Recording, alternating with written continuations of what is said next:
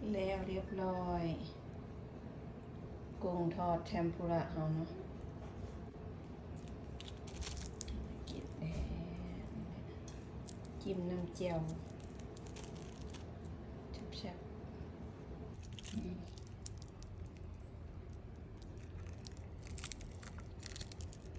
ๆฮ้อนๆได้ดิฮ้อนๆได้ดิ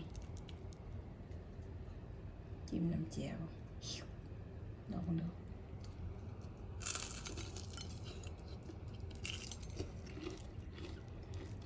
แ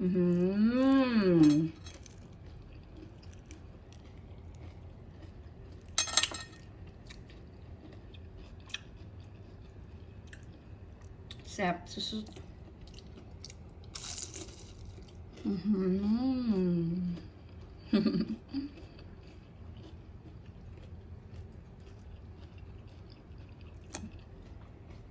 ทั้งแซ่บทั้งฮ้อน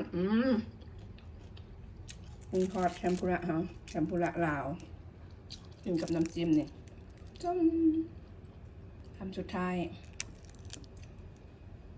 น้ำจิ้มยั่วๆ